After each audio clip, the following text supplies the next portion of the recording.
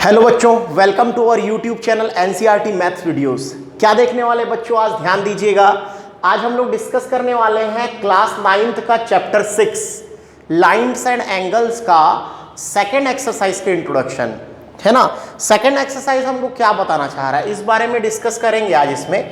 तो देखो बच्चों, इसमें सबसे पहली बात क्या है, सबसे पहली चीज क्या है ना। इसमें बोल रहा है कि पैरेलल लाइंस एंड ट्रांसवर्सल। तो पैरेलल लाइंस तो आपको पढ़ा दिया गया है। क्या होते हैं पैरेलल लाइंस? ऐसे दो लाइन जो एक दूसरे को कभी इंटरसेक्ट नहीं करते, या ऐसे दो लाइन जिनके पास कोई भी पॉइंट कॉमन नहीं होता। पॉइंट कॉमन होने का मतलब है वो जाके कहीं पर मिलते नहीं है, तो जाकर कहीं पर मिलेंगे नहीं मतलब वो एक दूसरे को काटेंगे नहीं, इसलिए उनको पैरेलल लाइंस बोला जाता है। और ट्रांसवर्सल का मतलब क्या होता है बच्चों? ट्रांसवर्सल का मतलब देखिए, ट्रांसवर्सल का डेफिनेशन मैं आपको लिख रहा हूं, बहुत ध्यान से देखिएगा। ट्रांसवर्सल का मतलब क्या होता है, ठीक है। A transversal is a line which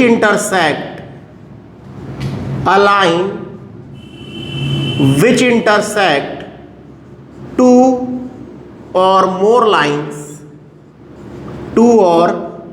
which intersect two or more lines at distinct points is called transversal.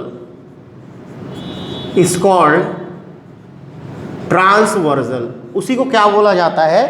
Transversal बोला जाता है। तो जब ट्रांसवर्सल क्या करता है, दो लाइन को काट के जब निकलता है तो वहां पर ना वो कुछ एंगल फॉर्म कर देता है, और वो एंगल के हमको नाम पता होने चाहिए, उनके बारे में जानकारी होनी चाहिए बच्चों। ठीक है बेटा, वो देखने वाले हैं हम लोग कि वो एंगल कौन कौन से हैं। ठीक है, क्लियर है? ओके, चलिए ध्यान दीजिए। मान लो मेरा ये कोई एक लाइन है L, और यहां पर एक और लाइन है बच्चों M। उसको क्या किया, N नाम के ट्रांसवर्सल ने इंटरसेक्ट कर दिया। कहां कहां पर? इस पॉइंट पर और इस पॉइंट पर, दो अलग अलग पॉइंट पर उसने क्या किया, उसको इंटरसेक्ट कर दिया। L को यहां पर और M को यहां पर। पॉइंट का नाम भी दे सकते हो आप, O P Q, जो भी नाम देना है वो आप दे सकते हो। ठीक है, इसने क्या किया, लाइन L और लाइन M को N ने, ट्रांसवर्सल ने, दो अलग अलग पॉइंट पर इंटरसेक्ट कर दिया। अब जब ये इंटरसेक्ट किया ना, तो यहां पर एंगल फॉर्म हुए। ये एंगल 1 बोल दिया मैंने इसको, ये angle 2, angle 3, angle 4, angle 5, angle 6, angle 7 and angle 8। ऐसे कुछ एंगल बन गए। अब देखेंगे कि ये एंगल कौन से एंगल हैं, क्या इनका भी कुछ नाम है क्या, वो चीज हम लोग समझेंगे। तो देखिए बच्चों, पहला पॉइंट आता है बेटा, बहुत ध्यान से समझना। पहला होता है इंटीरियर एंगल्स। इंटीरियर एंगल्स किसको बोलेंगे, ये ध्यान दीजिए। इंटीरियर एंगल मतलब दो लाइनों के जो बीच में, जिसको ट्रांसवर्सल ने काटा है, जिन दो लाइनों के, उनके बीच में जो एंगल बनेंगे, this is called interior angle. तो दोनों के बीच में कौन बन रहा है? 2, 3, 5 और 8। तो यही इंटीरियर एंगल होंगे, 2, 3, 5 और 8। ये इंटीरियर एंगल है बच्चों। इंटीरियर एंगल मतलब दो लाइनों के बीच में जो बने हैं, अंदर जो बने एंगल, वो इंटीरियर एंगल है। ठीक है, दूसरा आता है एक्सटीरियर एंगल। क्या आता है? Exterior angle. और एक्सटीरियर एंगल्स कौन कौन से हैं यहां पर, वो देखते हैं हम लोग। एक्सटीरियर मतलब वो दो लाइनों के बाहर के एंगल, तो वो कौन है? 1, 4, 6 और 7।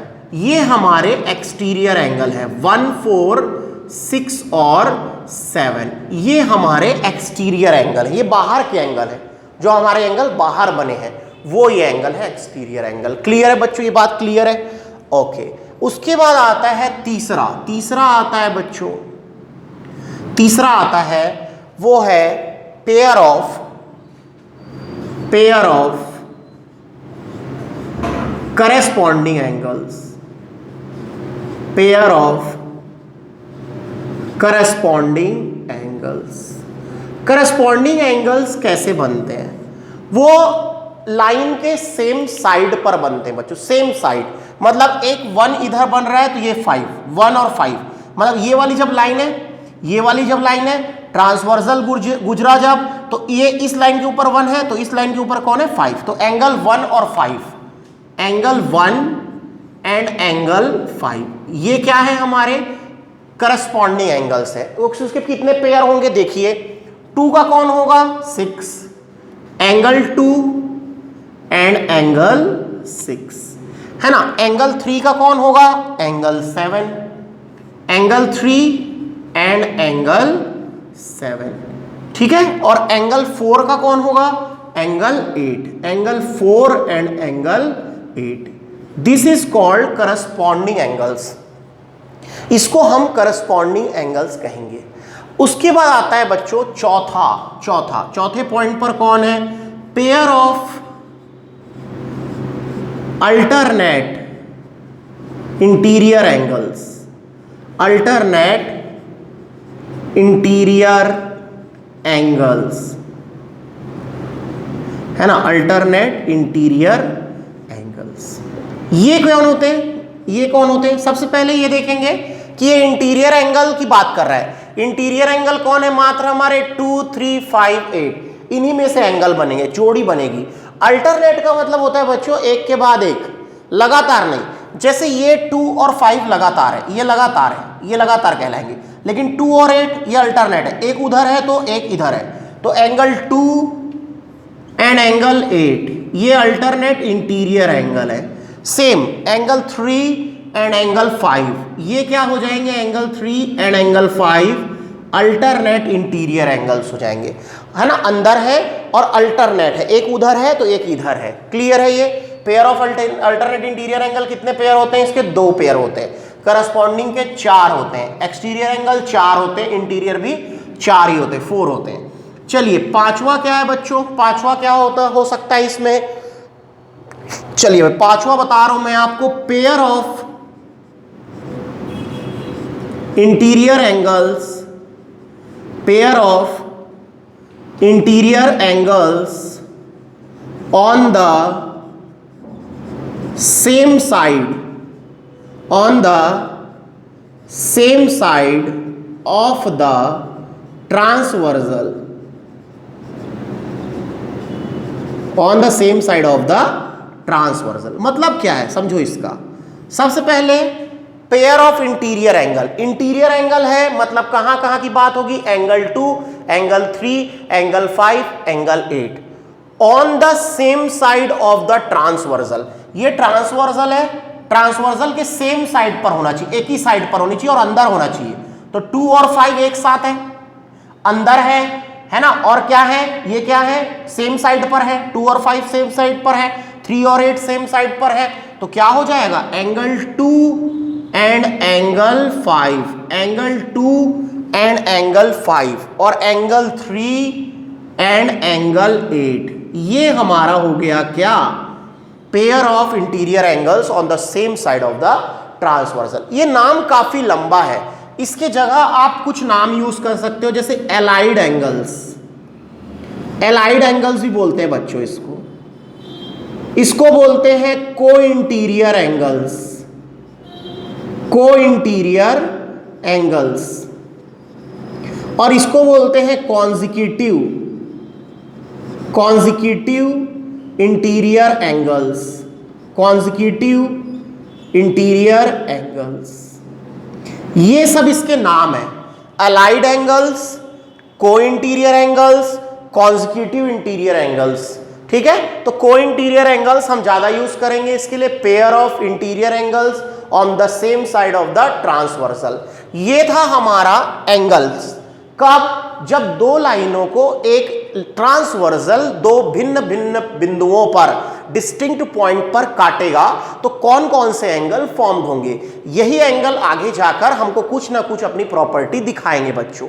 तो वो प्रॉपर्टी डिस्कस करेंगे हम लोग एक्सियम और थ्योरम के माध्यम से, और एक एक एक्सियम एक एक थ्योरम को हम समझेंगे, क्योंकि इसमें प्रूफ नहीं है, मोटिवेशन है, बस पढ़ना है, अप्लाई करना है। उसके पहले वीडियो को पॉज कीजिए बच्चों और इसको नोट डाउन कीजिए बेटा। अब डिस्कस करेंगे बच्चों हम लोग एक एक एक्सियम और एक एक थ्योरम। ये क्या बताएगा हमको, कुछ प्रॉपर्टीज बताएगा, उन प्रॉपर्टी को याद रखना है आपको और उसको कहाँ अप्लाई करना है जब हमारा क्वेश्चन आएगा तब। ठीक है, तो देखते हैं, सुनिए बहुत ध्यान से। एक्सियम 6.3 क्या बोल रहा है, इफ अ ट्रांसवर्सल, अगर एक transversal intersect two parallel lines, इस बार पैरेलल लाइंस है बच्चों। ठीक है, तो देखो दो पैरेलल लाइंस है, ये हमने ले लिया एक लाइन, ये दूसरा लाइन, ये दोनों पैरेलल है, इसको नाम दे दिया हमने M, इसको नाम दे दिया N, इसको इंटरसेक्ट कर गया L, है ना, इसने इंटरसेक्ट कर दिया। तो if transversal intersect two parallel lines then each pair of corresponding angles are equal. तो यहां पर कुछ एंगल बनेंगे, जैसे एंगल 1 2 3 4। ओके बच्चों, यहां पर 5 6 7 8 ये हमारे एंगल बन गए।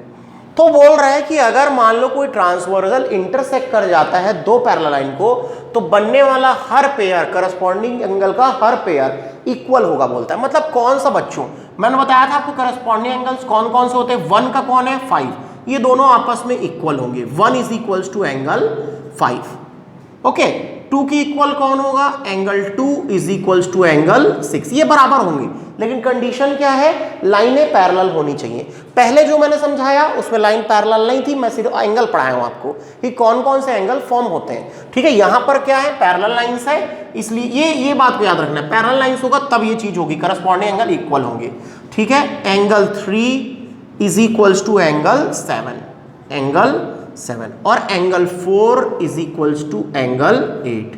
ये हमारा क्या हुआ, करस्पॉन्डिंग एंगल इक्वल हो गए। करस्पॉन्डिंग एंगल को देखने का तरीका ही यही है बच्चों। देखो मान लो ये दो पैरेलल लाइन है, यहां काट दिया तो ये करस्पॉन्डिंग होते हैं। ठीक है, फिर से अगला बनाना है मेरे पेयर, तो मैंने ये काट दिया, ये करस्पॉन्डिंग होते हैं। ठीक है, यहां पर अगर मतलब दो पैरेलल लाइन है, इसको काट दिया तो ये करस्पॉन्डिंग होते हैं। ठीक है, यहां दो पैरेलल लाइन है, ये काट दिया तो ये करस्पॉन्डिंग होते हैं। ये सब करस्पॉन्डिंग एंगल कहलाते हैं। करस्पॉन्डिंग एंगल को ऐसे देखा जाता है, ठीक है ना, सेम साइड पर बनते हैं। क्लियर क्लियर है यहां तक। ओके, एक्सियम 6 पॉइंट क्या देखने वाले हैं हम लोग, 4 क्या बोल रहा है, if a transversal intersect two lines, अगर कोई ट्रांसवर्सल दो लाइन को इंटरसेक्ट कर जाता है। ठीक है, करवा देते हैं। ये लो भाई, एक लाइन है हमारे यहां M और एक लाइन है क्या N, एक लाइन है N और उसको एक ट्रांसवर्सल इंटरसेक्ट कर जाता है, दोनों लाइन को करवा दिए। Such that a pair of corresponding angles is equal, कोई एक भी पेयर, मान लो ये वाला एंगल और ये वाला एंगल इक्वल हो गया, कोई एक भी pair, such that a pair of corresponding angles is equal, अगर कोई एक भी पेयर क्या हो जाए, इक्वल हो जाए करस्पॉन्डिंग एंगल्स का, then the two lines are parallel to each other, तो ये दोनों लाइन पैरेलल हो जाएंगे एक दूसरे को, मतलब M पैरेलल टू N ये हो जाएगा। तो ये दोनों एक दूसरे की क्या है बच्चों, कन्वर्स है, उल्टे हैं, ये एक दूसरे के कन्वर्स है। कन्वर्स बोलने का मतलब एक बोल रहा है कि पैरेलल लाइन है, काटेगा करस्पॉन्डिंग एंगल इक्वल होगा, दूसरा बोल रहा है अगर एक जोड़ी भी करस्पॉन्डिंग एंगल अगर इक्वल हो गई तो उसने ट्रांसवर्सल ने जिन दो लाइनों को काटा है वो पैरेलल हो जाएंगे, पैरेलल होते हैं, ऐसा बोल रहा है। ठीक है, तो ये दोनों एक्सियम आपको समझ आए। बढ़ते हैं अगले एक्सियम में। उसके पहले वीडियो को पॉज करोगे आप और इसको प्रॉपर उतारोगे बच्चों, जैसे मैंने आपको समझाया है। Okay,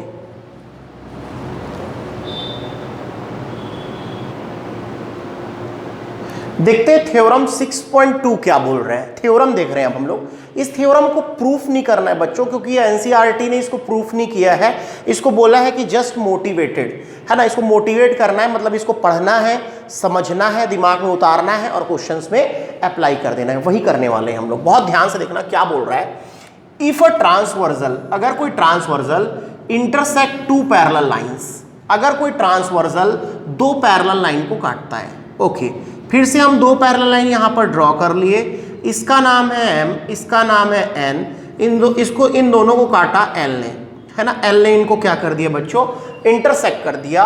then each pair of alternate interior angles are equal, तो इसका हर एक पेयर, अल्टरनेट इंटीरियर एंगल का हर एक पेयर क्या होगा, इक्वल होगा।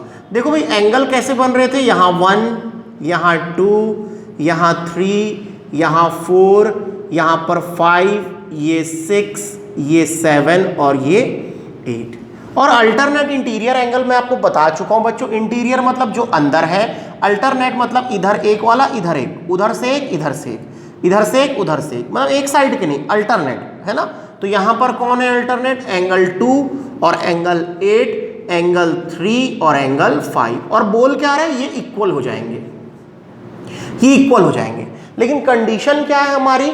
लाइनें पैरेलल होनी चाहिए। ट्रांसवर्सल जिनको काट रहा है वो पैरेलल लाइन है। ये आप डार्क लाइन डाल दीजिए यहां पर, ये याद रखना है आपको। पैरेलल लाइन होगा तो ही अल्टरनेट इंटीरियर एंगल इक्वल होंगे, नहीं तो नहीं होंगे। ठीक है, अल्टरनेट इंटीरियर एंगल को पहचानने का सिंपल तरीका क्या है भाई? ऐसे दो लाइन ड्रॉ कर लो, यहां पर ऐसे काट दो ट्रांसवर्सल से, ये वाला एंगल, ये वाला एंगल अल्टरनेट होता है। और एक पे यार और बनता है, इसके दो जोड़ी बनते हैं, ऐसा काट दिया तो ये वाला और ये वाला, ये दोनों क्या होते हैं? Alternate interior angles. ये दोनों एंगल इक्वल होंगे बोलता है अगर लाइनें पैरेलल है तो। अच्छा 6.3 क्या बोल रहा है? जो इसका जस्ट कन्वर्स है बच्चों, उल्टा है बेटा, प्रतिलोम है। वो क्या बोल रहा है कन्वर्स? सुनो, if a transversal intersect two lines, okay, transversal ने दो लाइन को काट दिया, दो लाइन को काट दिया, जो जस्ट दो लाइन है, मैं कोई पैरेलल नहीं बोल रहा हूं अभी, है ना, सिर्फ दो लाइन है, M और N दो लाइन है, उसको L ने इंटरसेक्ट कर दिया। ठीक है, intersect two line such that, और ऐसा हुआ कि a pair of alternate interior angles are equal. एक जोड़ी पेयर ऑफ इंटीरियर एंगल्स का, एक जोड़ी अल्टरनेट इंटीरियर एंगल्स का एक जोड़ी क्या हो गया? बराबर हो गया। मान लो ये वाला एंगल और ये वाला एंगल, एक जोड़ी बस बराबर हो गया, one pair. A pair of alternate interior angles are equal then the two lines are parallel. तो ये दोनों लाइन भी कैसे मिलेंगे बच्चों? आपको पैरेलल मिलेंगे, M पैरेलल टू N। लेकिन कंडीशन क्या है इसके लिए? अल्टरनेट इंटीरियर एंगल का जो एक पेयर है, एक जोड़ी है, वो आपको बराबर मिलना चाहिए। तो लाइनें भी आपको कैसे मिलेंगी? पैरेलल। तो 6.2 क्या बोला? दोनों कैसे कन्वर्स है? सॉरी 6.2 क्या बोला कि दोनों लाइन को, दो पैरेलल लाइन को अगर एक ट्रांसवर्सल काटता है तो अल्टरनेट इंटीरियर एंगल इक्वल होते हैं। उसके लिए कंडीशन क्या थी? लाइनें पैरेलल होनी चाहिए, तब अल्टरनेट इंटीरियर एंगल इक्वल होंगी। दूसरा थ्योरम, उससे नीचे वाला थ्योरम 6.3 क्या बोल रहा है कि अगर मान लो एक जोड़ी भी अल्टरनेट इंटीरियर एंगल का, एक जोड़ी भी अगर इक्वल हो गया तो दोनों लाइनें कैसे मिल जाएंगी आपको? पैरेलल। वही चीज मैंने आपको बताया है। देखते हैं अगले कुछ और थ्योरम। उसके पहले वीडियो को पॉज कीजिए बच्चों और इसको नोट डाउन कीजिए बेटा। अब करने वाले थ्योरम 6.4 और 6.4 को समझते हैं। क्या बोल रहा है बच्चों 6.4? देखो, if a transversal intersect two parallel lines, एक ट्रांसवर्सल है वो इंटरसेक्ट करता है दो पैरेलल लाइंस को। ठीक है, मैंने बना दिया दो पैरेलल लाइंस, ये पैरेलल लाइंस है M और N। ओके, इसको एक ट्रांसवर्सल ने इंटरसेक्ट किया L ने, तो यहां पर कुछ एंगल फॉर्म्ड हो गए, एंगल 1 2 3 4 5 6 7 एंड 8, यहां पर कुछ एंगल फॉर्म हो गए। ठीक है, देन ईच पेयर ऑफ, एक पेयर है ना, ईच पेयर, हर एक pair of interior angles on the same side of the transversal. और मैंने आपको अभी पढ़ाया था थोड़ी देर पहले कि इंटीरियर एंगल्स कौन से हैं? 2 3 5 और 8। उसमें सेम साइड कौन बन रहा है ट्रांसवर्सल के? 2 और 5, एंगल 2 और एंगल 5। और एक साइड पर सेम साइड पे कौन बन रहा है? एंगल 3 और एंगल 8। ये दोनों आपस में कैसे होंगे बोलता है? इक्वल होंगे। सॉरी, ट्रांसवर्सल इज सप्लीमेंट्री, बहुत बड़ी गलती हो गई हमसे, है ना, सप्लीमेंट्री याद रखना। ये दोनों का सम कितना होगा बच्चों? 180 डिग्री होगा। क्या होगा? 180 डिग्री होगा। इन दोनों का सम कितना होगा? 180 डिग्री होगा। क्योंकि हम चैप्टर 5 में पढ़ चुके हैं, याद करो कि अगर दो लाइन के ऊपर एक लाइन फॉल करती है तो उसके सेम साइड पर बनने वाले जो इंटीरियर एंगल है, अगर उसका सम 180 डिग्री से कम होता है तो वो आगे जाके एक दूसरे को काटती हैं। ये क्या है? ये यूक्लिड्स का 5th पोस्टुलेट है बच्चों। और अगर मान लो उसका सम 180 होता है तो दोनों लाइनें कैसी होती? पैरेलल, एक दूसरे को कभी नहीं काटती, किसी भी साइड पर नहीं काटती हैं। तो यही चीज बोल रहा हूं ये कि 2 और 5 का जो सम होगा कितना होगा बोलता है? 180। और 3 और 8 का भी सम कितना होगा? 180 डिग्री होगा। Transversal is supplementary. लेकिन याद रखना यहां पर जरूरी कंडीशन है पैरेलल लाइंस। लाइनें कैसी होनी चाहिए?